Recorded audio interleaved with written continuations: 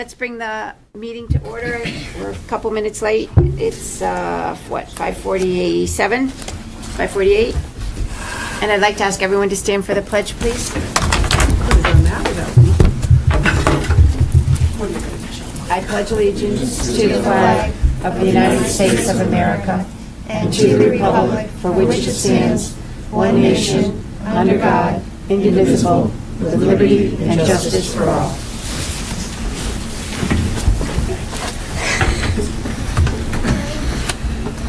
Okay, we have the privilege of having the Board of Selectmen and the Board of Ed and our superintendent here with us and our state rep here with us tonight to talk about next year's budget process.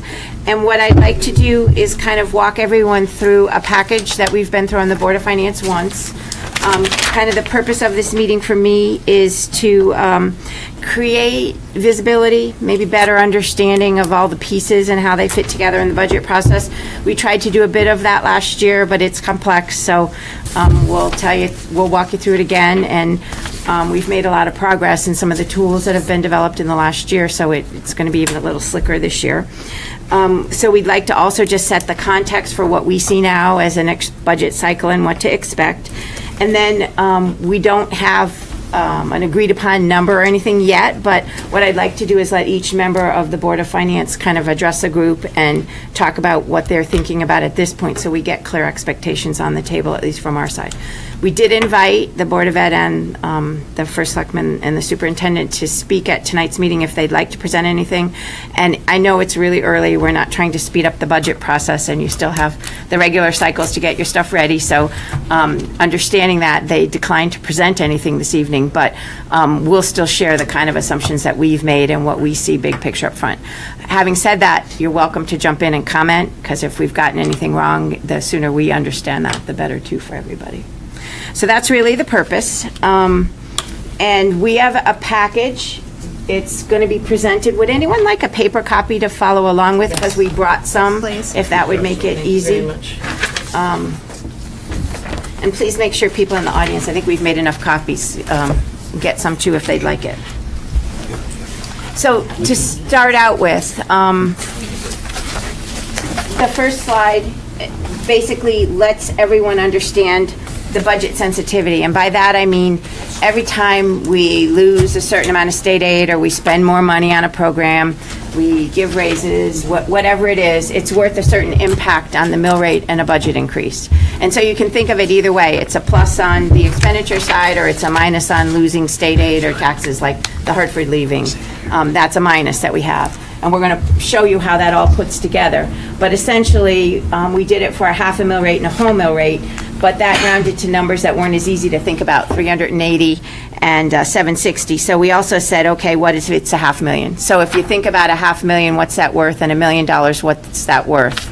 And it's essentially, for $1 million, 1.32% increase, which is the equivalent of a tax increase equal to 1.32% in that year.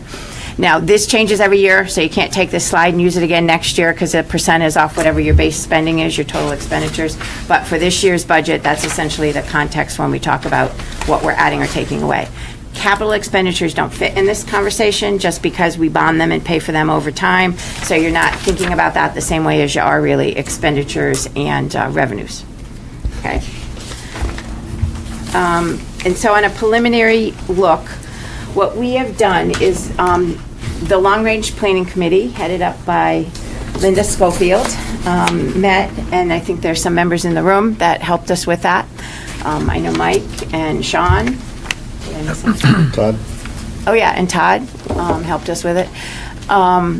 Essentially, that group got together and talked about what do we want to think about, what are some of the issues long term. We used the data from that, and we've kind of brought it back to the Board of Finance to help us refine the tools that we had. And thanks to really Sean, our new official Director of Finance and Treasurer, we are now in a spot where we've created kind of an integrated product where we can look at the roll forward on capital where we are based on what we collect and what's coming in, and then expenditures and how that impacts mill rate. And we've also built in the capital side too, to show if we pay things back over what kinds of periods of time and how much borrowing we do. Basically, we did a cash flow model on the expenditures to help us understand. It's a very complex spreadsheet.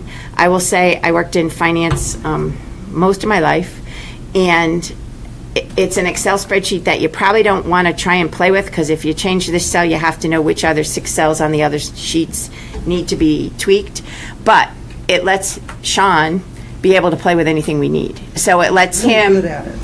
right, it lets him tweak. So if somebody's like, well, what if we did this, or how if we looked at this differently? So he's got a tool that we can all use and understand the impact, but I think it's probably not the kind of tool that we want to just put out there, because it's pretty easy, and I've done it myself already. It's pretty easy to change something and then not realize, oh wait, if you do that, you got to do this over here. So it's pretty complex spreadsheet, but it's got everything integrated on that. And I think we also want to thank Tim Hanser.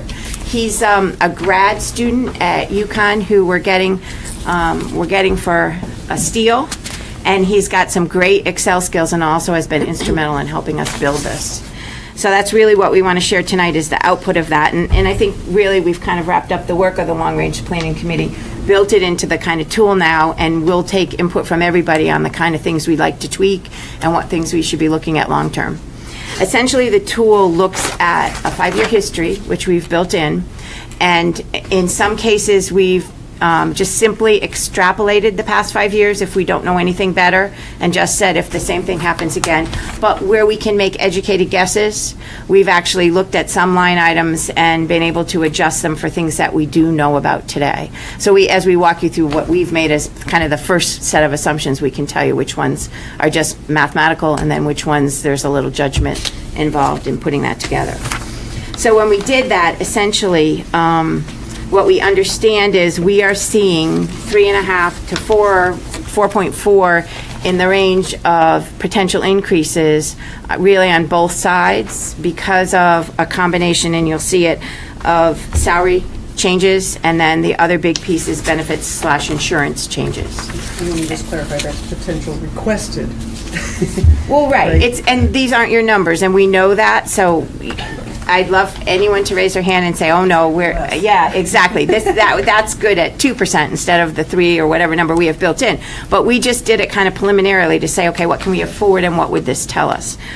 The other piece that we talked about last year is that we funded, as you recall, staying at 7%, the account that we pay capital for in cash and do debt service. And we funded that at 7% last year by using some reserves, because we felt we were in a healthy reserve position. We can't do that every year. You've got to build that in as an increase. And if we were to build that in right there, it results in almost a 0.73 mill rate increase right off the top. So that's something this board will talk about, but I have a feeling that we're inclined not to build that in, because we're already going to be dealing with a tax increase that we know about, and we might end up kind of gearing back a little bit on capital right now, and bring it back down to the amount that was actually paid for out of the expenditure budget this year, so that it doesn't create a tax increase for next year. So it's likely we'll be a little bit cut back in capital. Sean? What is that percentage now? The percentage? Yeah. We are, we're at 7. It would dial us back to like, it's around 6.7. Do you have an exact number? Is it? Yeah, it's about 6.7. It's about 6.7. Look what we did. So we're not quite there. And the challenge is, every year your budget goes up. So if you stay at 7%, that means you get to spend more money every year because your baseline is going up. So in theory, if you stay at your 7%, that creates a tax increase every year. So if you hold off putting that in for next year, it just gets bigger each year till you really need it. And I mean, we'll show you how the graph looks on borrowing if we hold off on doing that, but it just means that much less affordability on capital is essentially what it does. So let's take a look at what we put together for Board of Selectmen. And again, these are not your numbers. It's too early to be asking for budget, but we basically looked at what we knew, and as you can see, everything with a footnote footnote number 3 on this, which is projections based on trends. The rest of the stuff we tweaked a bit. So utilities, actually, if we'd use the trend, it would be even a bigger decrease because there's been some significant declines in utility expenses, and we don't think the decline will stay on the same rate, but we think there's still some more decline for some of the projects that are in there. But that one's been tweaked, actually upward. It would have an even bigger negative decrease if we just put the number in on a 5-year trend, which is why we adjusted that one. And part of that too was we had a year where it was artificially low because of the way the numbers were done, right? So there's a piece of that that we've corrected for in there. So there's things like that where we don't want to take a 5-year trend and, assume something that would definitely be off. The other places, obviously salaries are under negotiation and coming up under negotiation, some of which we won't even know by the time we finish the budget cycle. So we need to put assumptions in for that on both sides. This isn't, we don't really know where it's going to come out or what the negotiations are, the inside thinking, but we kind of put a range on what we thought was the possible. And so that's really what that first shot is. I'd love to have everyone tell me I could put in a 1% on that line, but that's kind of our first shot at what we think is probably going to be in the conversation. And the liability and benefits, we've been told on the health side, we've had some phenomenal performance over the past few years, and that we shouldn't expect next year to necessarily continue at the same rate. So we've got, that one's actually based on some preliminary numbers from our insurance advisor, and it's obviously looking like a pretty big number. If that moves, that could make everything easier. So that's a really big number, and we just wanted to put that out there now because that's what we were being Could move told. in the opposite direction too, right? Well, it could. Again, this is really early to have these conversations. So if anybody wants to, comment or add anything to them, we're welcome that. On the Board of Ed side, we've pretty much made similar assumptions. Again, same thing, the timing of negotiations on salaries, we've kind of just thrown a number in there. And as far as we know, the insurance is moving the same way. But again, it's really early. And you'll see a lot more of these were just a mathematical extrapolation of what's happened over the past 5 years. We need you guys to fine tune that and tell us if that really is the right way to look at it. Certainly on your side, student enrollment continues to be like a major driver of your budget, and we've not, by using the past 5 years' numbers, we've kind of built some of that in, but we don't know for sure. You haven't been doing it the whole 5 years, so you don't have a full impact of it, and we don't know yet where your student enrollment calls are going to be for next year. So that's not necessarily built into here well at this point. Okay. The next chart just shows the challenges we're seeing, and everybody's been hearing about state revenues. We don't know more than we know, but what we do know is there's a $1 billion structural deficit, and I invite our state rep to speak to this page as soon as I get through it. But we know that there's challenges at the state level that they're looking at. We know that a certain Superior Court judge chose to mention Simsbury in a ruling about education and the fact we were getting more money, which, by the way, just happened to be a correction of them underfunding us in a prior year. But in spite of that, it got cited as we got more money when the cities didn't, and therefore, we were one of the bad, wealthy towns in the state that shouldn't be getting money. So what's going to happen with that case? I mean, obviously, it's going to be appealed, and the timing of all that is a unknown, but what the legislature is going to do and how they handle that, it's certainly possible there'll be some impact to Simsbury for next year's budget. As you recall, last year, a lot of conversation about the car tax and whether or not the mill rate cap happened. It happened, but then at the last minute, it got undone. The legislation is still written that it's supposed to come down a second time again this year. It depends on how optimistic you are, whether you bet they'll do that without funding it. Not all towns are impacted. Again, people with higher mill rates are impacted, so the big cities are impacted, but Simsbury happens to fall into one of those cities that gets impacted. It's really not, or one of those towns. There's not that many municipalities actually impacted by that cut because a lot of them have a mill rate lower than the amount they're cutting it to begin with, so it doesn't affect them. but it will affect us. And then the last thing, I know Lisa was talking about all last year was a concern of legislation that put a cap on the expenditure increase year over year. While the legislation contains language that allows for exceptions, there's been no clear delineation of how to apply for them, what they'd be. I understand it's over at OPM for some clarification, but people are holding their breath, and so far clarification hasn't happened. So the 2.5% would actually impact Simsbury next year if these kind of numbers that we're looking at on those earlier pages were to be needed. We would actually lose state aid as a result of that. So on top of those numbers, you'd add a state aid loss potentially if the legislation that's written now came to be the way it's written currently. Have they delineated what they hit? Is it ECS or is it a combination of? They haven't delineated anything. Barbara, I'll just add that we are anticipating that. I mean, we're hopeful that it's going to be delayed at least till 2020. CCM just last night took a vote, and it was not unanimous, but majority wanting to eliminate it at all. We'll be lobbying very hard on that.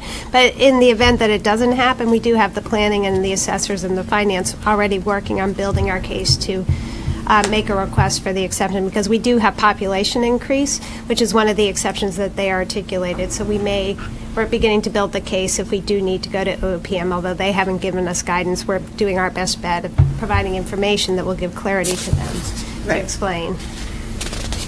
Right. And Mr. Hampton, would you like to add anything that would might make the picture more rosy from the state side? That's always helpful. Can you get to the microphone so I'm sorry. get to the microphone? Here. Oh, thank you so much. Thank you, Mrs. Coe.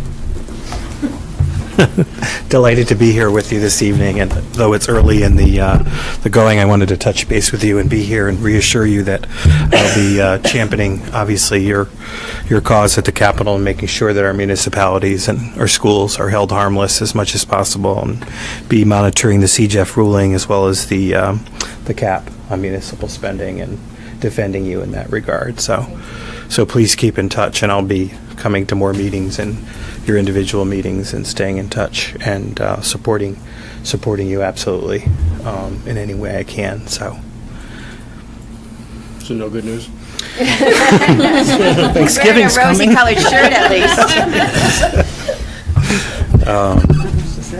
Yeah, not much, Yeah. there's not much to say. Right. It's a whole new ball game. So Right.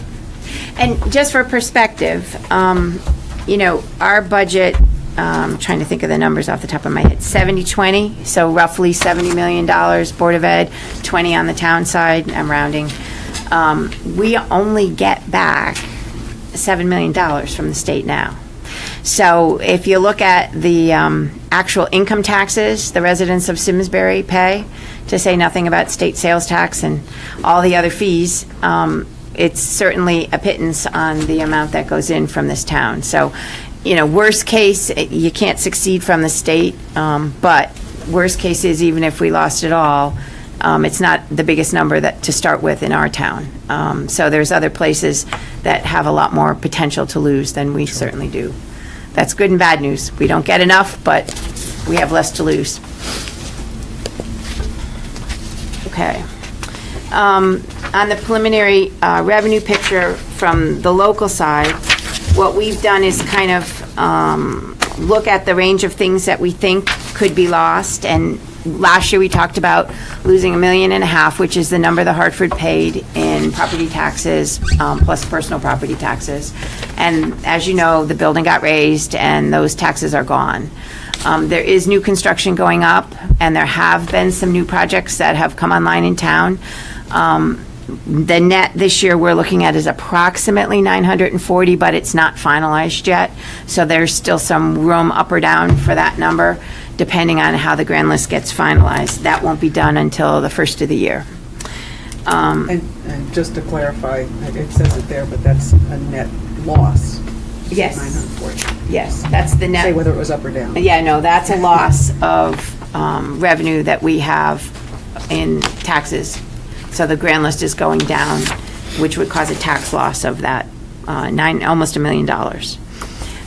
Then the other conversation in state aid, again, what number would you look at if they cut everybody, we just said 5 to 10%, and that assumes on top of that, nothing new hits us, like the car tax, like anything else that we just talked about, which has the potential of hitting us.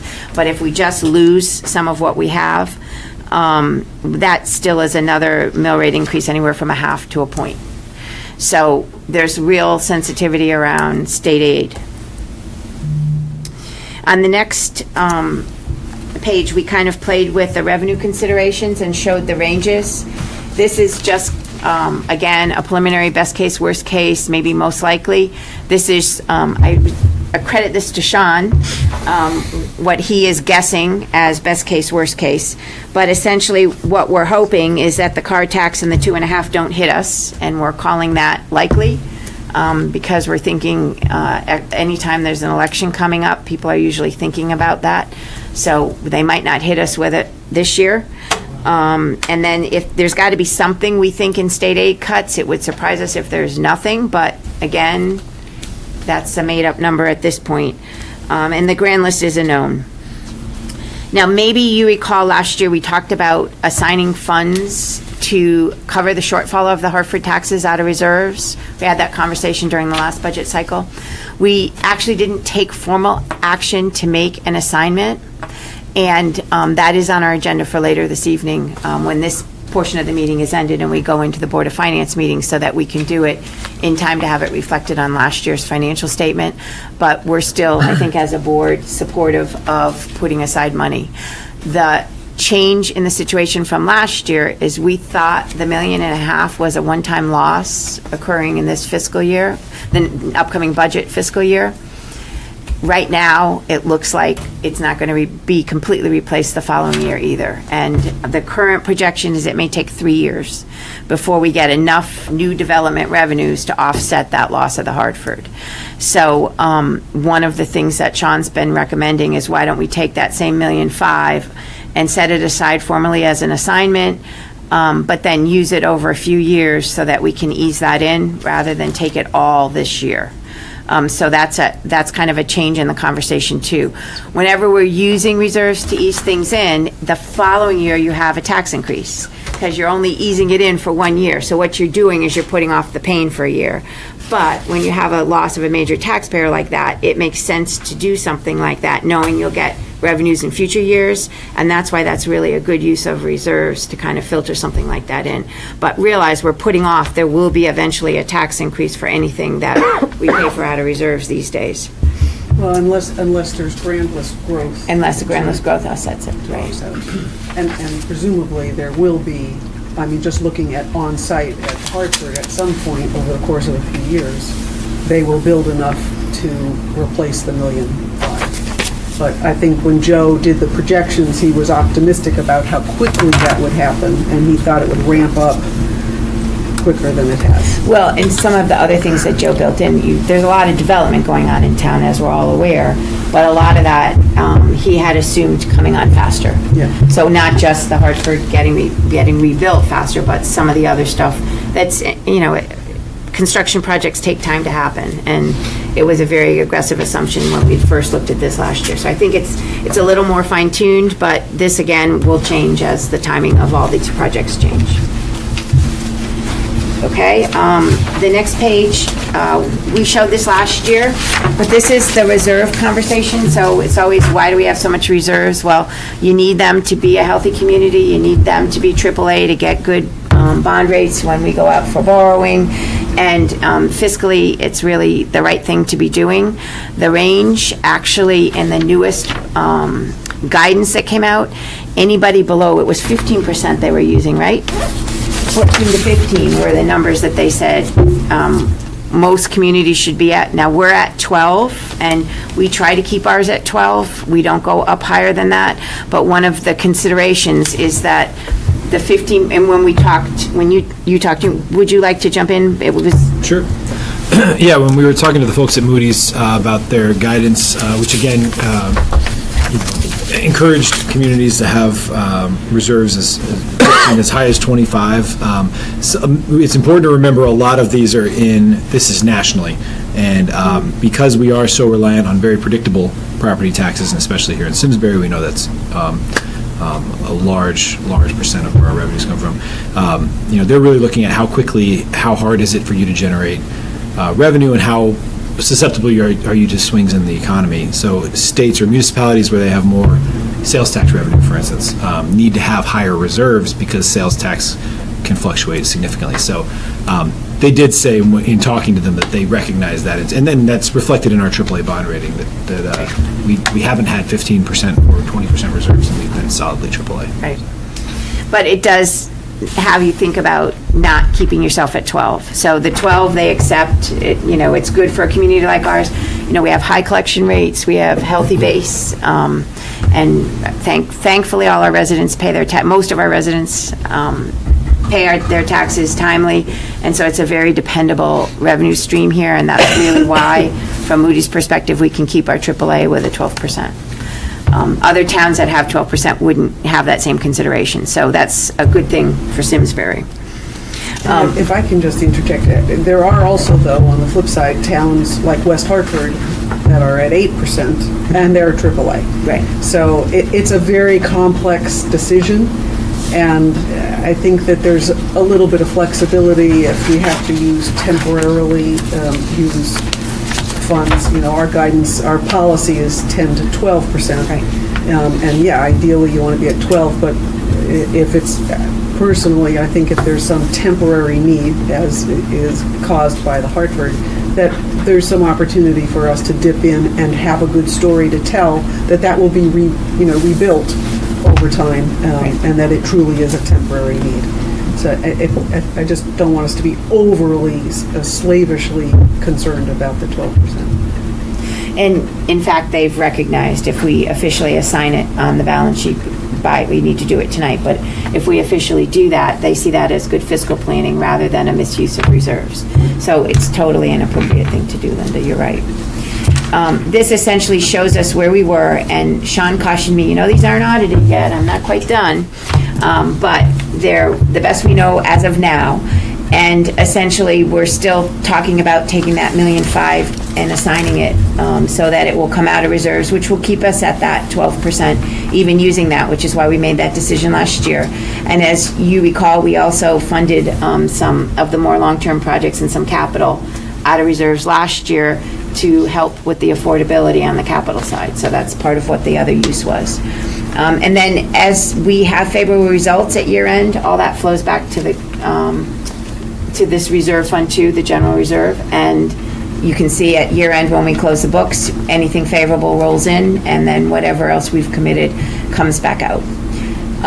So when we look at that, one other number, I don't know if anybody recalls, but if anybody does, I'll be impressed. The number we used for tax collection favorability, we actually had a bigger number in there last time. We used an 850. We're using 500 because that's what actually happened this past year.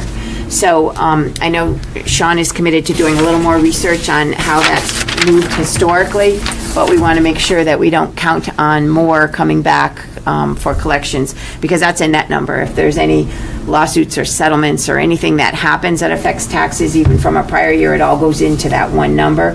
And so we didn't see the 850 that we were planning on for this past year. So we decided it makes more sense to look conservatively going forward on what we actually received in the past year. But there'll be more analysis going forward on that by Sean. So when we kind of roll this forward and look at what we used, you see we're staying around that 12%, assuming that we have a favorable collection rate, and that's just keeping us right now at that 12% level.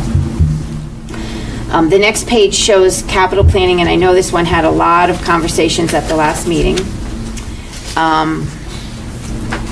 This is the number, and the first parts of the chart, the green striped area is the amount of money that we talked about last year paying cash for capital, so that it would create a longer term affordability. In other words, if you don't have to borrow, don't. And essentially the bars that are in there, the gray and the brown in the beginning, are actual currently borrowed money, and it's the payback period that you see as it gets paid down, the debt goes down, and then the blue bar and the other bars are how much we would have to borrow on a cash flow basis to support the capital plan, the 5-year capital plan that was presented to us 3/4 of a year ago. So this is last year's numbers. Nothing's been updated. We love new numbers, and as soon as we get them, we can play with this chart and show you the impact of pulling out a $10 million project, or we also can play with, how the timing of how we pay it back, how long we borrow for. We can play with all of that using these and show the impact on this. But essentially, as we told you last year, if we agree to increase the budget and pay for that striped area with capital, cash for capital, then the affordability was still overstated by $8 million in last year's 5-year plan. Now, as I said at the beginning of the meeting, I'm guessing that we're going to decide not to pay that full green slotted area because that is another portion of a tax increase we'd have to give the public right now. And so the question is, if there's enough other pressing needs that will create a tax increase that we can't control, that might be one within our control to cut back some capital and not keep that number at 7%. So if the next chart, why don't you show the next Barbara? one? Yes. I just want to mention, for those who haven't been following the conversation, first of all, thank you for your work on this. It's really helpful for everyone to be on the same page. But that chart, that 7% line, assumes a 2% increase in budgets. And we Yes. know from the previous chart that it's more likely to be 3.5 to 4.5. So it might actually fit if we were using the assumptions that you put on the prior pages. And also that has assumptions on interest rates that may or may does. not be true. It does. And also assumptions on when we're going to need the cash. So there are a lot of us, I just don't want people to walk away thinking this is a black and white line. Nothing's black and white Right. in planning. And that was my concern. We have record low interest rates. Saying we don't want to borrow now would be really foolish if we have a material capital need 2 years from now and interest rates have gone up. Well, but the other way of, so we're not saying we don't want to need, we don't want to borrow now. There isn't a need to borrow now because the capital projects that are proposed don't require the capital for years out. So you can't go borrow today for money that you need in 3 years. And that's really what's happening because of the timing of the junior high and the timing that you had on the senior center. They're out a few years before we actually need to pay the cash for But it. sometimes it's not wise to defer when you have a good opportunity Well, we with wouldn't- interest rates now. Yeah, I don't think you can go out and bond for a non-existent project. Right. Well, but we have, I mean, I know the BOE has a lot of improvements needed to do now, and deferring those might not be the best. But nobody's saying deferring. You can't 20 physically bucks. go get the money because you have to go through approvals and Right. you're not intentionally waiting. True, That's how the but process works. we could, We can't go borrow if money we're tomorrow. rigid on Money. that line, we could actually end up hurting ourselves. So nothing here is rigid. So everybody needs to understand that. This is to get everybody on the same page and to understand the picture and understand from the Board of Finance sense of responsibility to the citizens of Simsbury, it's our job to kind of manage these things and understand where things fit. So Lisa's completely right. And, you want to borrow when interest rates are low if the project's there and you can go borrow. And certainly, we've done a lot of that. We've refinanced the high school a couple of times to save money for the residents, and we would continue to do that. But the offset to some of this is we are not assuming significant increases in interest rates. Put that on there, and you can afford much less. So it is a series of assumptions. It's a series of assumptions on timing of cash. But again, we worked with the schools, and we worked with both sides to kind of look at when do you think you'd need it, when would the payments be. On the case of school projects, we get money back from the state. So it's the assumptions on all of that is timing, and it's built in here. And any assumption you don't like can be moved or changed. That's what the beauty of a model. And this really is kind of 5-year strategic planning. It's not intended to be anything that's fixed or not here for the conversation. That's why we're trying to get everybody to understand what we're looking at.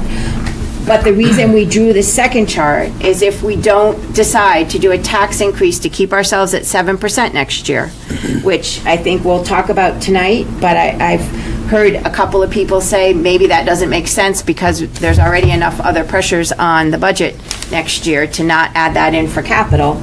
If you were to stay at the dollar level and not do a tax increase associated with this 7%, then you can afford your budget's over, but your 5-year plan is over by $10 million.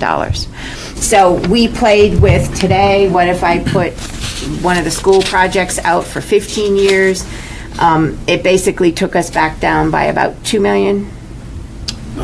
Of projects reduced, it'd be Yeah. about $6 million of If you bond total it, projects 15. that you could. Instead of the 8. Right, So it instead of went 8, so from- 2 million, 2 exactly, right. Right, so it essentially, affected it by a couple $1 million. So all of those are things that can be looked at, but it kind of gets you on the page to say, it looks like what's presented right now is a little bit above affordability. Now, there's also flexibility in how you structure paybacks. I mean, there's a lot of things that can be done, but, good fiscal planning, we've pretty much had flat paybacks over the years. Again, this is last year's plan before Absolutely. adjustments have been made, and we've Right. already made a few, so I... Right. Yep, okay. Right. And, if you have a big project, and what we asked for this meeting, there are really 2 very large projects in the plan, and only 2 really large ones. The rest of it were smaller capital. Anytime we have an update on either the timing or the size of those, we can build that in right away and, play with what the impact is. So, again, this is a model that we can all look at, but it shows you we need to be looking at capital, and there's probably going to be some need to trim back some of the spending over the next 5 years. Okay. The one piece I want to comment on this chart is, sorry, just go back for 1 minute, is when you go from fiscal year 21 to fiscal year 22, and that's where the green is stopped, the striped green is stopped, and all of a sudden you've gone to borrow. So that new light tan line at the top is when we have to borrow. That would be cash flow-wise, we're spending the money and we got to go get it in the marketplace. That point in time would result in a tax increase from that change of 2.5% just that 1 year. So if we were to stay flat and not do tax increases for capital now, maybe over the next years, depending on what happens, and you were to hold it flat, at some point you got to bite the bullet, and that's a tax increase when you get from that just over 6, it's 6.1 million, and all of a sudden you need it to be at 8.3, is that 8.4? When you make that jump, that's a big tax increase that year, and it's just something to understand. So that's the reason you sometimes want to build in a little every year and keep up with it, but in a year like this, we'll have to talk about whether or not that's going to make sense, or we're going to try and keep that tax increase as low as we can for taxpayers this upcoming year. So, I think that's pretty much everything I wanted to share before we get some thoughts from the Board of Finance. Just a summary. Essentially, what this shows is, somewhere potential, we could have a 5 or 6% increase if we don't do something different than what this shows. And so that's really the conversation around, how comfortable are we with that from a Board of Finance perspective? And then, that assumes using the 1.5%. It actually assumes using it all next fiscal year rather than using it over 3 years. But it assumes that we are using that and taking it out of reserves. We're still looking at a very significant increase if the likely assumptions that we've put in here could happen. And again, we're making up things when we do it this early, but this is really how businesses run. You got to make your best assumptions and understand what's going to happen, and then fine tune it as you learn more and as you go. So, did anyone want to make any comments or have any questions before we get some thoughts from members of the Board of Finance? Lisa? I'll just say we are already, as you know, there's a lot of construction going on in town, and increase in population. Our population has gone up 4% since the last census in 2010. The predictions were that it was going to go down. So we know that that's going to have an impact on service needs, particularly in our public safety. So we are anticipating that we may see, although we'll begin those negotiations with the ambulance and fire, that there may be more expenditures needed in our public safety area, and those could be fairly substantial. So in terms of impacts to the budget based on the development, which is, you like it or you don't like it, but it does have impacts on services. So that may be an extraordinary expense this year that we have not seen in the past. So we're working on that. Now? What? Do we contribute No, towards ambulance now? they are a volunteer ambulance right now. We're one of the only municipalities I think that has that deal.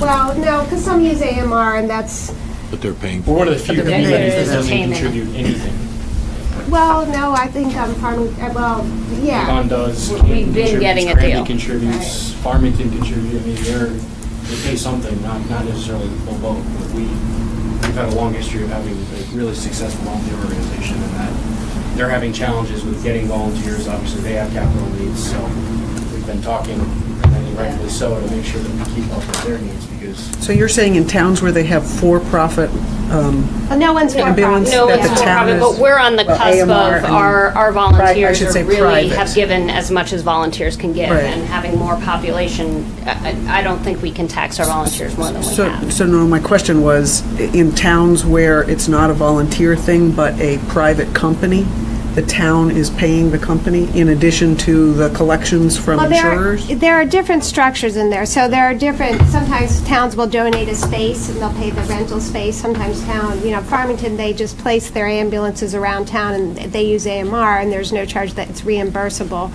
In our town, we're in the situation where we probably need more ambulance response than we have, but we don't have enough to cover the full reimbursable. So it would be like a partial thing. You can't have half an ambulance, you need a whole ambulance. So, Tires don't work? So those are the things we're exploring right now. We're talking with the fire district to see if there's some way, as Sean was saying, whether we can balance operating costs with capital needs in order to find a way. And those are discussions that are ongoing, but I did want to alert you because it is a direct result of the development that's happening in town, and it is different than what we've had in the past. So that will be one thing you'll be seeing. We are on top of it. We are in discussions. In fact, I just asked Joanne to set up a meeting with our public safety chair and our emergency responders to continue the conversations. We've had initial conversations with Sean, Director of Finance, so we're looking into it. I've had conversations with Jeff, who works in this area as well. So we're beginning the process, but I did want to alert you that some of the development is leading to demands on services that will need to be addressed if we're going to ensure public safety. So that's... I could also just add that the demographic shift that we knew was coming as a result of all the senior center conversation has also increased on services, as you might expect. More trips to Hartford. So the ambulance folks have some pretty eye-opening data to show you on the escalation of trips over the last 10 years and the service calls and what their needs are, combined with the dip in volunteers, especially during the work week time. There's a significant, I'm not going to say significant, but there are periods of time where we only have one fully staffed ambulance in town, and we rely heavily upon mutual aid as other towns do on us. So nobody should worry. We're always covered and always safe. But we need to get out ahead of this to make sure that it stays that way is really why this conversation started. In conversations with some of our neighbors, they're having similar issues. We do a good job with mutual aid agreements, and so that's been helpful. But we're reaching the limit of how much those mutual aid agreements can insure. I just want to say, Sean, more trips to Hartford and also Farmington, where Yes. we have Yukon Health and a brand-new hospital. Question on the projected increases. You said 4% since 2010, which is significant. What is our population projection to the extent that we know based on current development? Well, we don't know. In fact, I've got our Director of Planning working on that and working with David Gardner and Director of Finance as to when things come on. But, the range, and you don't know what the development, there are a lot of things that have been approved, but they aren't going to build yet, and that will depend on the market and how much housing can this community develop over how many years. But if everything were developed, we're talking about 18% in the next 10 years or so. So we're watching. Now, I don't think that's going to happen because I don't think all this development is going to happen. Sometimes things are on the books for many, many years before something happens. And it could be lower. We're just doing the preliminary numbers. But we do know that from 2010 to now, there's been a 4% increase in population where we weren't expecting any. So we're watching that. The schools, I think, saw an increase above what they were projecting in school population, so we'll be watching that as well. Now, again, these are just planning numbers, things to think about as we go through it. They're not real numbers, and I want to just caution people about that. And caution very strongly about that because the market will determine how much is built, and the market will determine how much housing can be absorbed in this community or any community. And we know just from observations that not all of it can be absorbed in 1 year, certainly. And so this may be a 5, 10, 15, 20-year projection. So Well, we'll and be watching that. If that were to happen, the offset hopefully would be increased tax revenue. So as that development actually happens, there'll be some money coming in, whether or not they offset each other and how the math of all that's going to work That's is right. yet to be determined, but it's not quite as dismal because there's a Oh, no. potential for revenue. The problem that we're really dealing with this year, because we would be up here saying, wow, essentially 600,000 more in development in Simsbury, it's a good year. Instead, we're saying, oh, well, it's net negative because we lost the Hartford. So if we hadn't had a major taxpayer leave, we probably wouldn't even be having this conversation right now. This is really around how do we plan for that. So hopefully, if Yes. more people come in and the population happens and all the development happens, we'll have some more tax dollars to pay for some And of that's that. how it works. When you get development, you get more money, but you also have a need for more services. And that's why budgets go up more than 2.5%. And it's a good thing, because your grant list has gone Right, up you're- more than that. That is usually a good thing. So, the other comment that I didn't make, and I think Lisa brought it out really well, what we've done right now, there's no programmatic changes here for anything. And, there are programmatic needs, which is what Lisa just described a change in what we might need in emergency services. But I'm sure over a 5-year period, the school might also be thinking about programmatic needs that could change numbers too. And we don't have any of that. So it's important, we all have our separate jobs, and, Board of Ed is to do the Board of Ed budget and understand those numbers, and Board of Selectmen, the same thing, the town side, and those numbers. Our role on Board of Finance is how does it all come together, and can we afford it, and what does it mean to our taxpayers?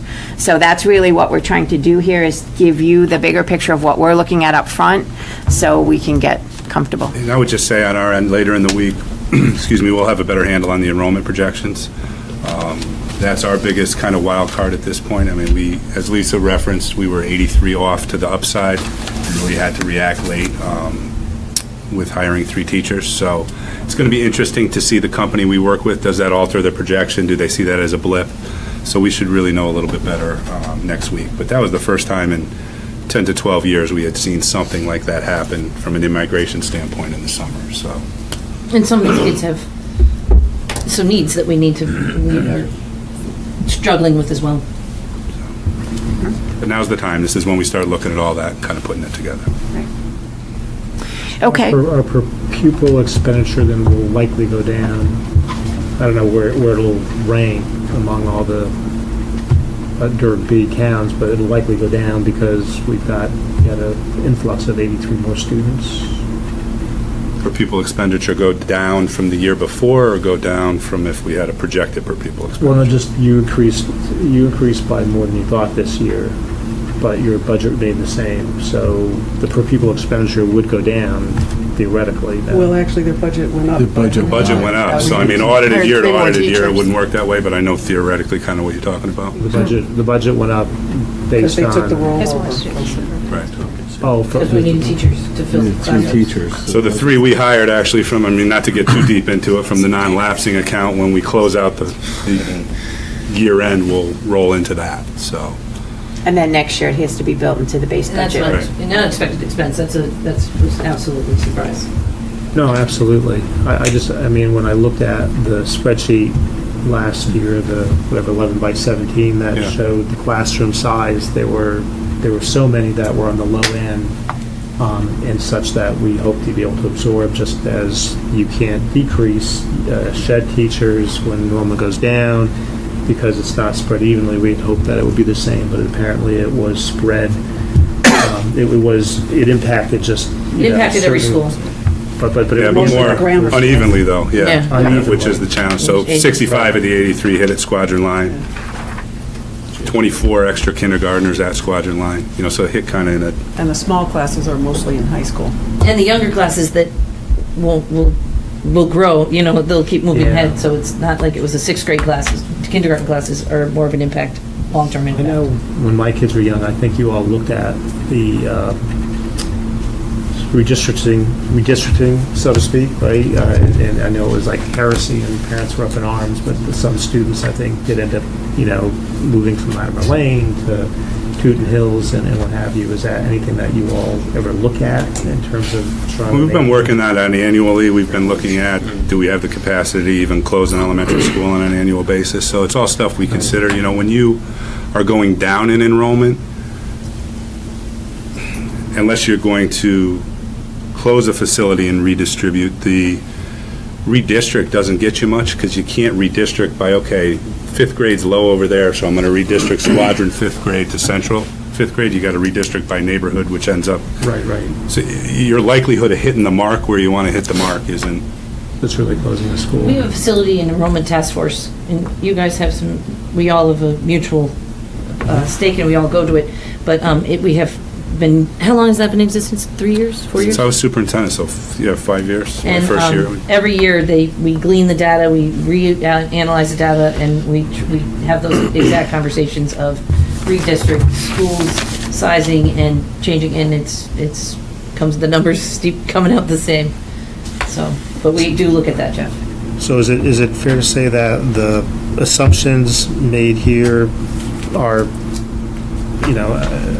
I'm not holding you to it, but are you likely going to be looking for increases of 3 to 4% of the town side and 3.5 to 4.5% of the Board of Education side? Do we know? We start our budget process next week, so I just wouldn't feel comfortable on putting a number out before I see programmatic requests. We haven't firmed up our contracts that we're in negotiation with and presented them back to the board, so Right. there's just too many factors right now to... I agree. And you can look at last year's, we came in at 3.3. Yeah. So, but we're in the same position. We're following the process set out by the charter, so we haven't begun the specifics.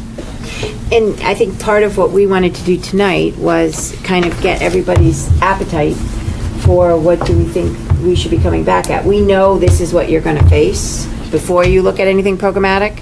So I think what we really want to get a sense from the board members are, what do they think and what seems reasonable as far as the potential to pass on to taxpayers. And I'll kick that off because Mr. Pomeroy's not here this evening, and he sent me an email with his thoughts, so I can start off by sharing his thoughts with everyone. I did ask our missing members to provide thoughts, and Rob did say he was sorry he couldn't make it. But his, and I think I'm pretty much quoting, and I hope I'm quoting the part he'd want me to, but it looks like there's no question, but there needs to be more focus on expense tightening, and that his preliminary thoughts are we should be asking for budgets that don't raise the total by more than 1 to 2%. And that's on the expenditure side. The taxes will still probably go up more than that because of the other things that are impacting taxes. But he was thinking 1 to 2% on the expenditure side. And that he knows how hard it's going to be, but this year it might be that everything needs to give. A combination of lower spending, higher taxes, and maybe some delayed projects might be what we're actually needing to look at this year. I think that's a good summary from him. Linda, you're shaking your head. Would you like to give us your thoughts? Sure, and I'm going to ask Sean to help me because I spent a couple of hours with him playing with the great model that he's put together today to try to figure out, well, what's like sort of the best case scenario I could come up with, trying to be as generous as possible. So if you would do me a favor and go back to the slide, the first of the 3 bar graph slides. And I'm going to summarize quickly, but I'd love to... Talking about the capital? Yeah, that one. Yep. So, again, we call this capital, but some of it's cash and some of it's debt service. And it's been historically at 7%. Where I'm coming out is saying we've been at 6.7 for debt service, that we really, for the next few years, if we lowered this line to 6.7, which is what we've been at, and kept it there, so that we don't have a huge cliff in the out years. It does mean we have less capital. That means we don't have to raise taxes this year that 0.75%, or in the next couple of years, just in order to keep the cash going. So that's one component. And then if you would go to the last page of the presentation. So I'm just going to give you the sort of bottom line assumptions and tell you how I got there. If we held Board of Selectmen and Board of Ed each at a 2% increase, and the debt service then, instead of being at 7, would be at 6.7. So that wipes this out and makes that a 0. Right. The projected revenue decrease, if you go back to the page that has the best case scenario on it. Yeah, I gotta look at my notes. What's in there is 1.3. Sean, correct me if I'm saying anything incorrect here, but I'm assuming, for purposes of my little exercise, the best case scenario. In other words, that nothing bad goes wrong with the state. Extremely optimistic, but I'm trying to be to give you as big a budget increase as you can get. So we're going to assume zeros. And the other piece of that, from my perspective, is that if those bad things do happen, they will actually happen after we pass a budget, unless we did what we did last year. But they could happen after we pass the budget, in which case, we do have, that's why I said the thing about 12% before, we've got healthy reserves, in my opinion. And reserves are for emergencies, and so I would consider, if the proverbial excrement hits the fan, that would be an emergency, and we would reach into reserves to address part of that. And in terms of the fund balance, where did that one go? Possible use of fund balance. I think what Barbara recommended earlier, not using the entire 1.5 this year, knowing that we're going to have a problem next year, makes sense, so that we'd use 0.95 this year.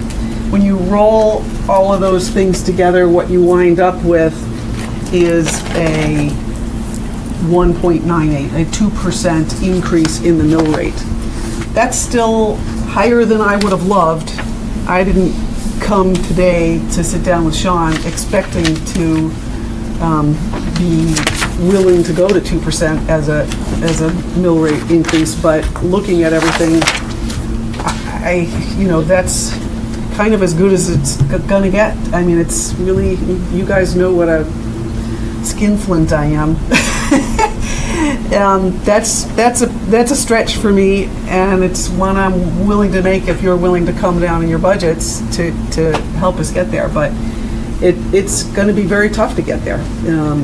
It means that we have to cut from the capital budget. It means you guys each have to cut from your operating budget. It means we have to make very rosy assumptions about the state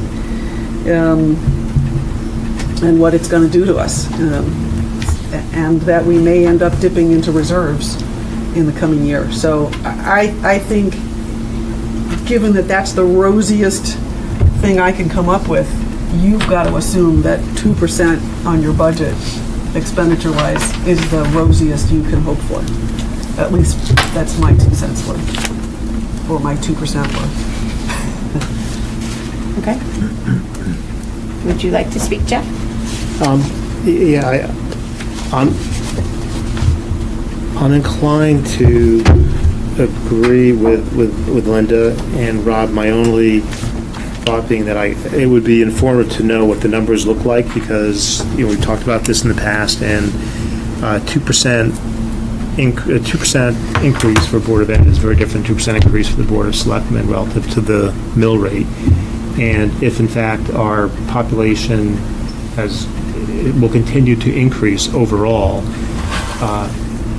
I might be a little concerned on the town side that we're not maintaining the infrastructure, or we may have to cut services dramatically on the Board of Ed side. I guess it does depend on the numbers that you bring in, but given that, I know you're going to hire 3 teachers this year, but given that the projections still remain that the Board of Ed, the students will decrease.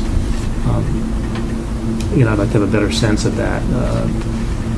It would be very helpful. We don't have a sense of that right now, but, the numbers, again, looking at the spreadsheet from last year, showed a lot of capacity in the classrooms when you look at class size numbers. And I don't know if class size is something that you're all adamant about maintaining. But, if the class size was 23 to 25, then there were a ton of classes that had, significantly under. So it'll be important to see how those numbers play out. But I like the 2%, certainly for Board of Ed. I just don't know on the town side. I'm concerned about the infrastructure. You guys have an infrastructure in place to support more students than are currently enrolled. Because we have all that capacity, right? Whereas we don't. Well, classroom and teachers, depending on where depending on where the population is at any point in time. I'm concerned that the Board of Selectmen may not have that infrastructure if we're continuing to grow our population. And Barbara's right. Presumably there'll be some income coming in from development. We know from studies. I remember from work I did with Mike Goldman that the board, Connecticut Home Builders, for example, has completed studies that show that the average home will generate, certainly, it'll more than pay for itself over the lifetime of the family that moves into that home, because families don't typically move in, when the kids are ready to start school and move out the day the kids leave for college. So, like many of us, we moved in before our kids were born, and we're still here long after our kids are gone. So I think that is definitely true. Again, some of it is timing, though. It depends on when the people buy the homes and when they have kids. Can I add one comment, just as a context also, that I think we always have to be cognizant of, and that is what the Social Security increase is. Yeah, I meant to say that. Or isn't. .05. Yeah. It's less than 1%. Minuscule. And I'm really concerned about our seniors when we raise property taxes. The affordability issue for them is greater than for folks who are getting pay raises. People getting pay raises in the private sector? I hadn't heard that. I think you're negotiating them with all of the various unions in town. So yes, people are getting pay raises. Yeah, but your residents might not be. Right. Pay raises and step increases. So No, but he was saying on the, for the taxpayers, they may not all be seeing tax increases either. of course, but seniors definitely are not. So. I would just ask that, we keep in mind not to be, this board is cheap. So we will do our part, and we're super cheap. You have been great. As is the Board of Education, and we'll continue to do that. But I don't want to make the mistake of being penny wise and pound foolish and causing a spiral or sacrificing value.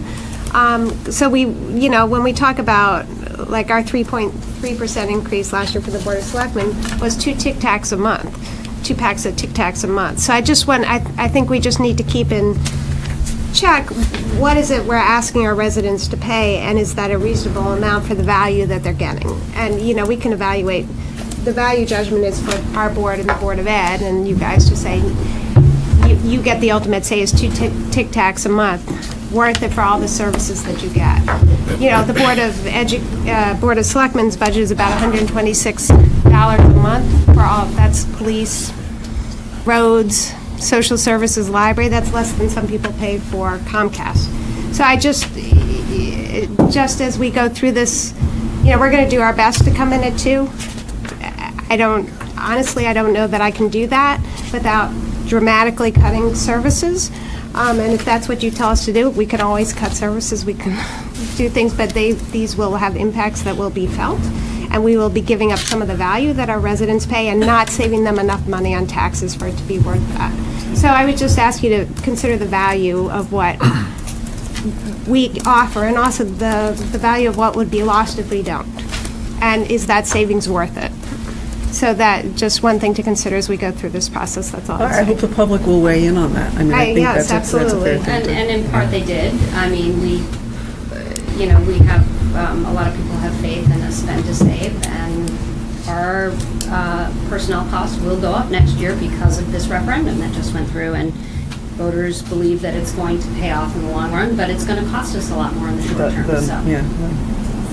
And I think it's fair to say, I mean, nobody denies it,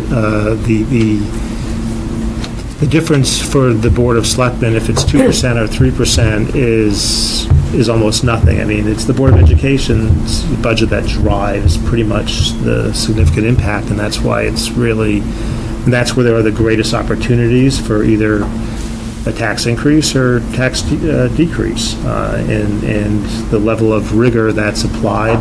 I know a lot of the savings measures that you all work on, that is under Burke's leadership, has been netting some results, but at the end of the day, the important policy decisions that you all make relative to class size and those factors have a significant impact on the overall population.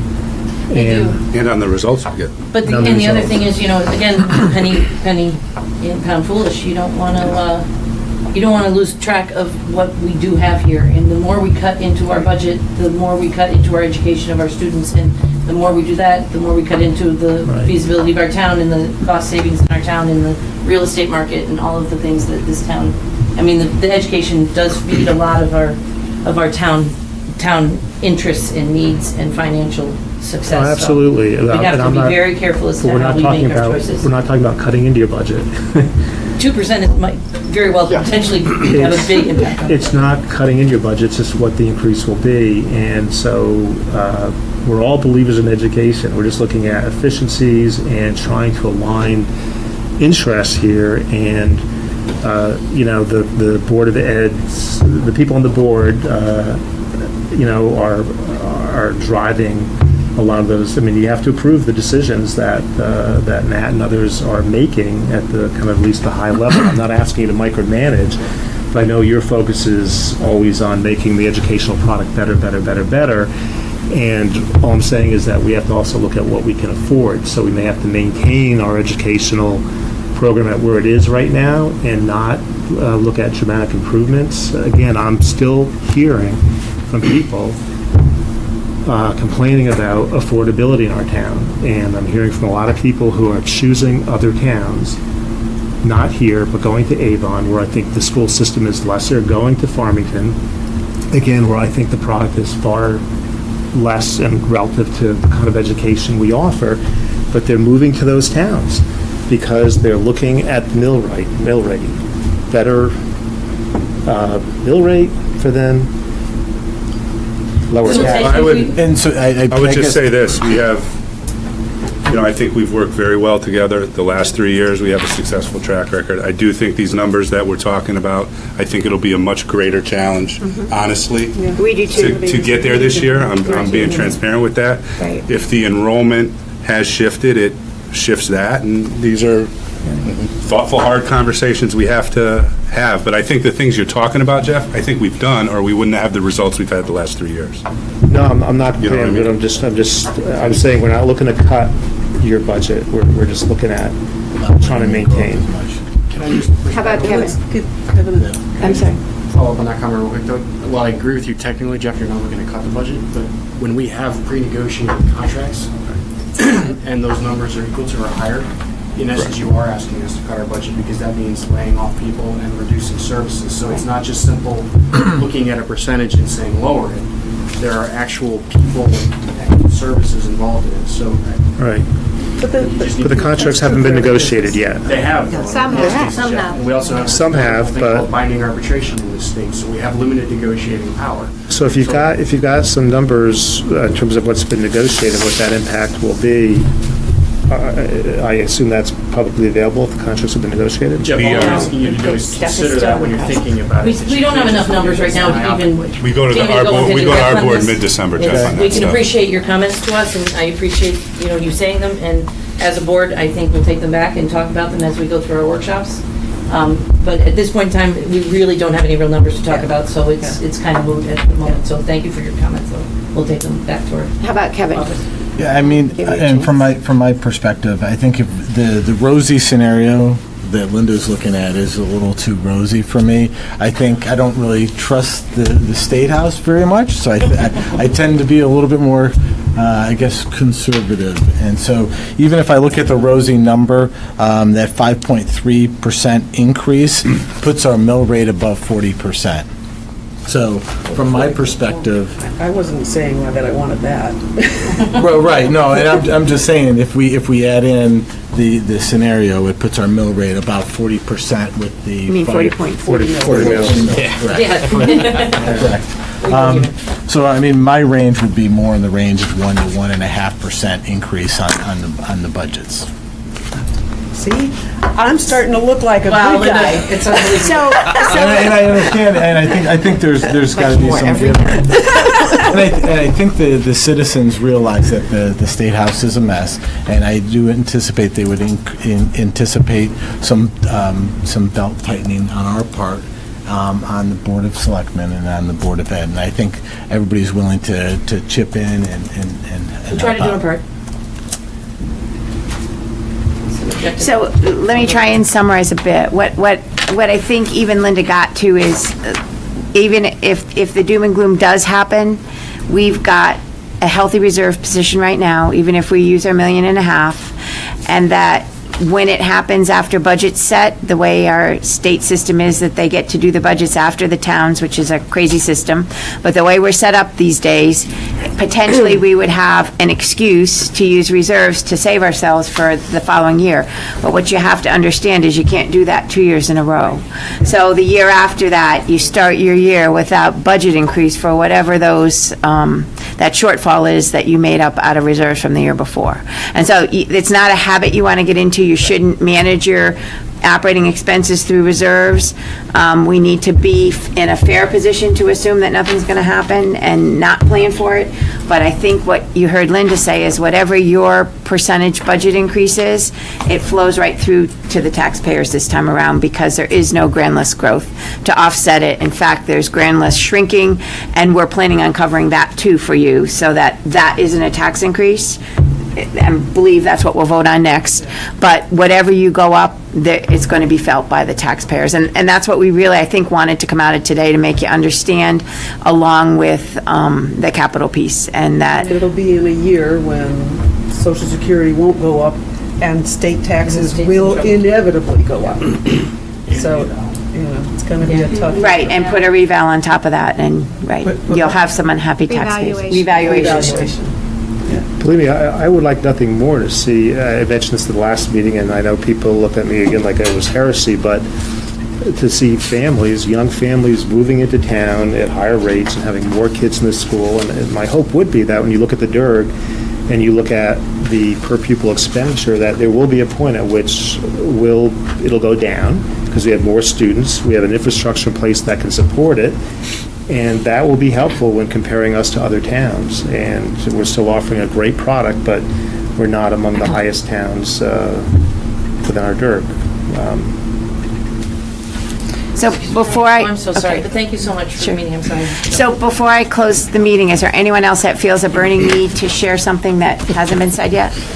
So kind of as the last point today, I'd like to share with everybody that this is my final meeting as Chair of Board of Finance. I'm moving and officially leaving Simsbury. So I just wanted to let everyone know. So that's why I didn't weigh in, because you guys get to figure this out.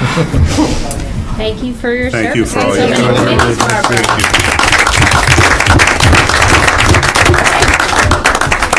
you. So we have a Board of Finance meeting now. Barbara? Yes. I have a quick question. So I thought the purpose of this meeting was to give us some guidance. Well, I heard guidance coming out at the range of 2%. That's what we'd like to see come back. 1%. Yeah, I heard 1 to 2. I think if you start, right, and the other person that wasn't here said was it 1.5 to 2, I think was Said his? 1 to 2. Okay. 1 to 2. Just for some clarity, the budget goes up, if we're at 0, the budget's going up 2%. So what are you actually looking for us? Yeah. So you're assuming non-rosy assumptions from the state and et cetera, et cetera. So we're not asking you to cover that stuff. We're asking your expenditure budget stay within the 2% range. That's what I heard. Is that what you Yes. guys mean? Yes. Because we talk Yes. a lot about percentages. No, that's what I Right, mean. we're talking about, there's going to be a need for a tax increase this year. We all understand that. Are you guys also okay with the fact that services are probably going to get cut? Well, I think that's your job to come back and tell us what's getting cut and what that means, and, we'll work with you.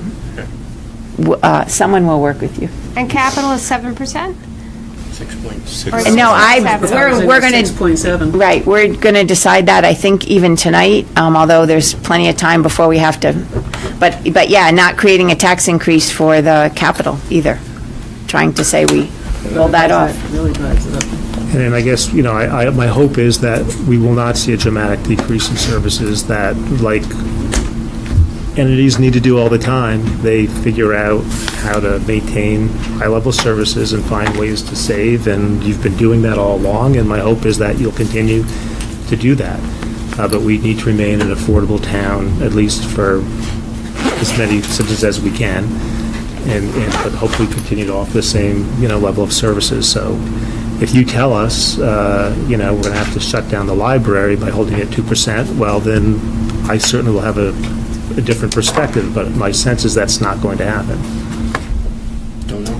I don't know. Can I I don't know. take 2 seconds on it? Yeah, I would say the capital things, if we're going to need them broken down, a big number is going to be hard for us to get down to 6.7, so. We're there. Well, I did it with Sean today. It is doable. It is doable. I mean, I know you're already talking about cutting $3 million out of the senior center. There's a big chunk right there. Obviously, Henry James is going to have a pretty significant cut. I thought it was going to be the heavy. There's, some things like the Apple Barn, like, really? You can, skip doing the Apple Barn. We've got to maintain what we have. We'll look at the capital. We'll bring back our. I think that's all the request is. Last year, we knew we couldn't afford it, and when we come back this year, let's see if we can get a little closer to what's going to be workable. And same thing, all this is all assumptions, so this is sort of the start of the process, and we were just trying to put everything out there. I think we know how hard it's going to be, and that's part of what we wanted to share with you. We see it, but I'm not sure you're seeing, and we're not trying to get to a zero this year because we don't think it's even a possibility. So we know there's all going to be a tax increase, and we just want to work together and keep that as reasonable as we can. I just want to take 2 seconds to say thank you to Barbara. She's been a tremendous chair. I've enjoyed working with her a lot. She just has brought a wealth of experience and skill and knowledge. And I can honestly say we would not have been able to pull together, as smart as Sean is, all of the new tools that we have now in staggering out the capital in a more financially realistic way based on cash flow, and also putting together the whole long-range planning tool. I mean, it was fabulous for me sitting down with Sean today to say, well, what if we change this here? And and he just could put it in, bing, bang, boom, and out would pop a number. And that none of that could have happened without Barbara's skill set. So we're really sorely going to miss you. But I do have your phone number. You do. You do. I'll be happy to take your call. Yes, I did those remarks, and we didn't always agree in the earlier days of our We still don't. time together. We don't always agree now, but it has been an absolute pleasure, and I really admire your acumen in this area. It's really a huge loss for our board and for So the town. Republicans better come up with some really good financial person to replace Barbara. We're working at cloning right now. With a municipal Working finance on what? background. Oh, good.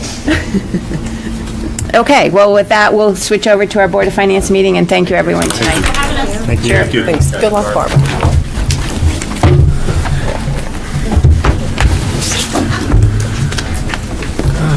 Yeah. Does anyone need a break, or can we go right in? I think ours will be quick. Go right in. Okay. The first thing we have is The fund balance assignment. So in order to get it on the financial statements for this year end, we need to take action tonight.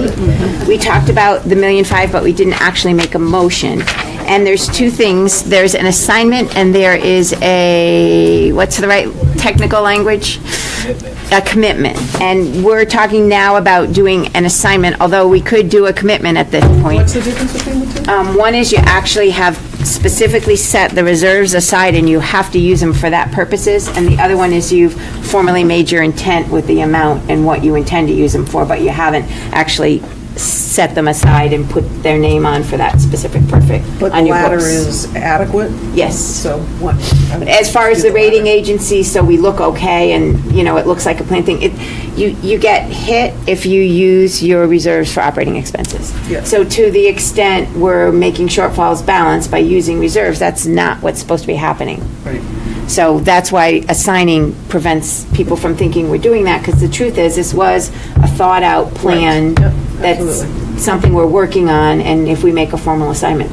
Now, we can assign the whole $1.5 million if we're going to commit Sean's recommendation from, was it Bound Council that gave us that recommend, or Bound? PFM, our financial. Financial advisors, basically said you might not want to do more than the $940 that you need for the current year. Now, as everyone recalls, I intended last year when we had this conversation to use the whole $1.5 million, and therefore the real growth we had of 600, not quite 560, would have allowed, the tax would have allowed some real growth to cover salary increases and that stuff without having to have tax increases. But since we're looking at a 3-year problem instead of a 1-year problem, he's kind of come back and said, why don't we use that same number, but, you know, spread it out. Yep. So that's really what we want to get everybody's opinion on tonight. Are you good with I'm good with spreading it out. and using an assignment now of the $1.5 million? Yes. And we, and just so I understand, we have to take action by the 15th based on, Timing of the financial statements. So they're closing the books from Okay. prior year Effectively making the book, the assignment is going to be effective June 30th. of last year. Which you Of can last still do year. now. We haven't published and finalized our audit. okay. We're getting it on the last year's financial statement to show that's So that it looks planful. exactly. Okay. Well, so it reflects was what we planned. did, right? Right, We right. just didn't make a motion, we discussed it. Right, okay. June 30th, 16 is good. And again, just like you're saying, one thing you can't do according to the auditors is make that commitment retroactively, assign it retroactively. You can make a commitment out of this year, we can do that at Anytime. anytime you want. So I move that we assign the 1.5 million over the course of 3 years. I think it was, what, 950 and, what's the break on the 3 years? Well, you don't have to even do that. Yeah, you don't have to do You that. can only You say just just say, our assign intent- 1.5. Oh, okay, is To to cover use- the shortfall yeah, for the yeah, Hartford. For the Hartford. Effective perfect. June 30th. Well, I like that. Can you say it one more time? I'm sorry, just make sure I got it. So, I make an assignment to, for the $1.5 million to be effective June 30th, 2016. To be used to cover the shortfall in the Hartford, the loss of the Hartford tax stream. and so we don't have to say over a 3-year period. We don't, Okay. because That's then sort of you that. have flexibility Yeah, later to flexibility. decide. I It's consistent with your fund balance policy Yeah. specifically Yeah. references this, not only intention, but this definition of Yeah. assigned fund balance. And again, you're just expressing intent to use, and then you Yeah. can, the only way to reverse that is just to take the same board level actions. Change your mind. If you Yeah. So I second that. Okay, so we have a motion and a second. All those in favor? Aye. Motion passes. Okay, the next thing we need to take care of tonight is operating transfers, and did you have a package for us to just take a look at? So for the new guys, there's really only one of you tonight. This is kind of cleanup at year end. So on the Board of Ed side, they have the flexibility to move things between line items, and they just, if there's excess at year end, the net excess flows over everything they do internally. On the Board of Selectmen side, state statute actually provides that if they're moving things between line items, it has to be approved by the Board of Finance. Now, one would argue that they should be looking at line items at a lot higher level than we look at them, but we're very conservative in how we approach this and want to make sure we meet the letter of the law. So when they do minor movements within even like sub-accounts, they present that to us. So you'll see there's a lot of detail here. Well, it's all presented there. The intra-department transfers, which are within a department, and again, what we call a department, as you see in our budget. Is very detailed. Really at a much lower level, which I think is what you're saying. Right. What we call the Public Works Department, for instance, has about 8 sub-departments called budget units in our system. The intra-department transfers were approved last night by the Board of Selectmen. What the Board of Finance gets presented, and then they provide a recommendation to the Board of Finance recommending intra-department transfers. Again, these are those sub-accounts often, but anything between, say, Public Works and the Police Department. Our one, the roll-up on the very last page of your attachment shows complete roll-up of transfers in and out from departments. The two important things to remember is this year we were favorable about $65,000. So I did add a line that just shows that. That wasn't in your packet last year. Just shows that being returned. Doesn't take an action, but it will get returned to fund balance. And then the other piece is last year, you may recall, this was about $369,000 of inter-department transfers. This year it's about $157,000. Again, I think indicative that we were more on budget than we were last year. I think that's moving in a favorable direction. So all these little minor, $175 here, $73 there. Just in the future, is this something we can change? This No. is ridiculous for us to micromanage at this level. Well, but we're really not, so if we don't ask about any of those, we're really managing it at the total level. No, really, we're not intending to micromanage, but the letter of the law is transfers between departments require approval of the Board of Finance. So we have that in front of us, and I understand it's way more detailed than we need to get into, but that's why he rolls it up at the end, and essentially, it's our job to approve this. You're really approving the Last page. Right. And $157,000. I just think, relative to the total budget, this is pretty remarkable. Yeah. It really it's small. is pretty potatoes. extraordinary accuracy among departments and people sticking to the budget. So I don't know, Burke, what you see. We don't have to approve yours, but I don't know what you see at the end of the year among your departments. But I assume it's good. probably This is a good level of accuracy. Yeah. at this percent. 157. Okay, I move that we approve this. I second. All those in favor? Aye. Okay, approved. So we can use the same language that the Board of Selectmen used yesterday for the, that's sufficient? Yeah, Okay, that's fine. As presented, yeah. as presented, okay. So now we have public audience, and Mrs. Coe is here, and I bet would like to speak to us in public audience. Before we go to public audience, can I ask one last thing? We haven't done anything with all of the policies that we had hoped to do, and I know before you leave, one of them was something you had done some work on. So I just want to ask, whatever you've done, just give it to Sean or me or somebody Okay. before you go. Okay. Mrs. Coe, well, we have other items on 7 after public audience. Oh, okay. Sorry, Okay. I don't have the agenda in front of me. Joan Coe, 26 Whitcomb Drive. I want to tell you that I am very concerned, and I think that you're leaving. I think you were a very important and integral part of the Board of Finance for years, and we are missing a very, very wonderful public servant. So I thank you for your services. Thank you, Mrs. Coe. And I hope somebody can take over who can fully understand what we're going through in very, very interesting financial times. So good luck in your next venture, whatever it is. Thank you. And we will continue here to the best of our ability. The best comments ever, thanks, John. So what's I'm not next? finished yet, wait. That's just the beginning. I softened you up a little bit. I would like to bring to your attention my concerns about the future revenues and expenditures of the town. The state has a projection of extensive loss of revenue presently and in the future. Simsbury has already had to reduce the expenditures of the Board of Education budget. This is just phase 1. With a projection of continued losses of revenues from the state, Simsbury will have to be fiscally responsible and reduce the 7% policy for capital expenditures. The Board of Finance should not increase the repayment schedule of capital expenditures and remain with the 10-year policy for bonding. Should not, you're saying? a 10-year policy. Should remain with 10 years? Should remain. Oh, okay. Yes, that's my thing, that we shouldn't try to make it longer. Even if the capital... Pay up front. Let's not extend it. All future capital expense, because you don't know what your future revenues are going to be. It's getting worse, not better. But, so you want to pay? I'd want to pay. You want to pay... Now. 30-year projects now in your lifetime, rather than Correct. people That's who- my personal opinion. It's very kind. Thank you. All future capital expenditures should be brought forward with a cost analysis for overhead expenditures and future maintenance schedules. The Board of Finance should mandate that all maintenance of roads, parking lots, brick walks, and sidewalk expenditures be placed in the operating expenditures of the budget. The experiment of reducing budget items on the supposition of anticipated savings failed and should be eliminated as a budgetary tool. Blum Shapiro was contract. I didn't understand what you were talking about there, the last sentence.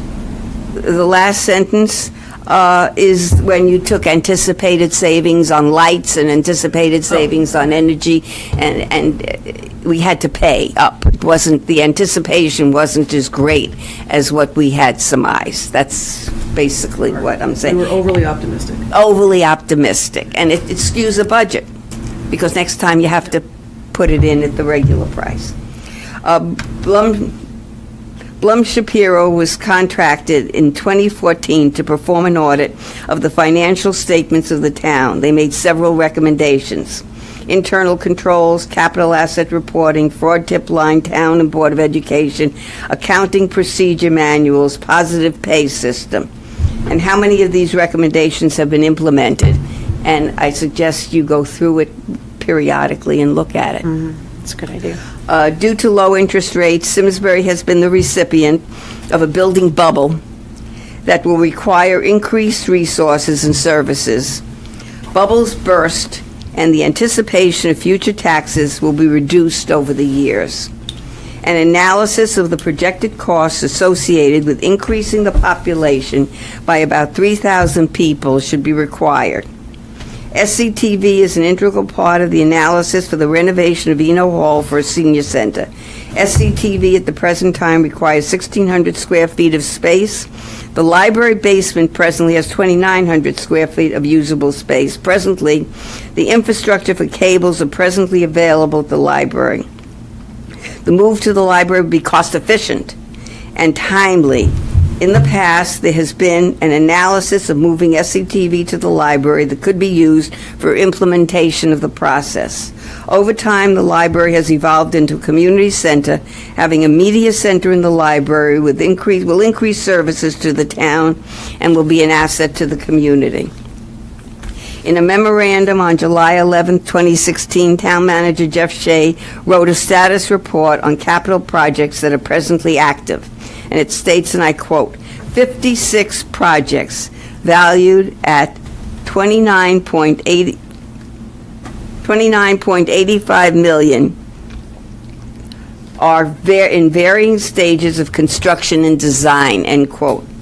Why so many open accounts? All accounts should be closed in a timely manner with all remaining revenues returned to the general fund. The Board of Finance should establish a policy on unexpended revenues for capital projects so that many of the accounts can be closed. Presently, this is an accounting nightmare.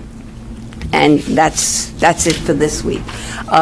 Thank you for listening, and all my comments will be posted as usual on Simsbury Patch, Twitter at Joan Co., Newsfeed and Facebook, and Simsbury Forum topics for all to read.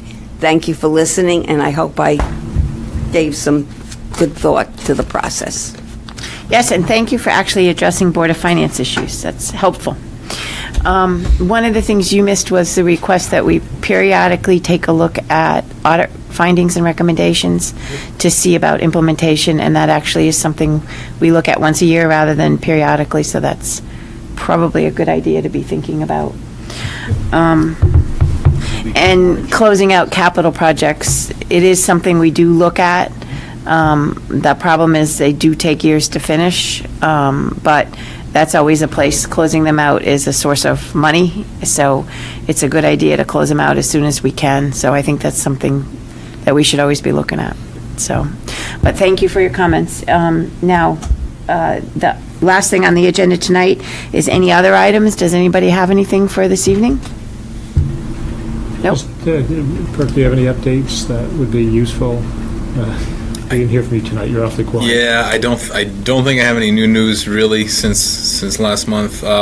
We have been working very hard with the architects for the Phase 2 portion of the Henry James project, as well as the Phase 3 conceptual design.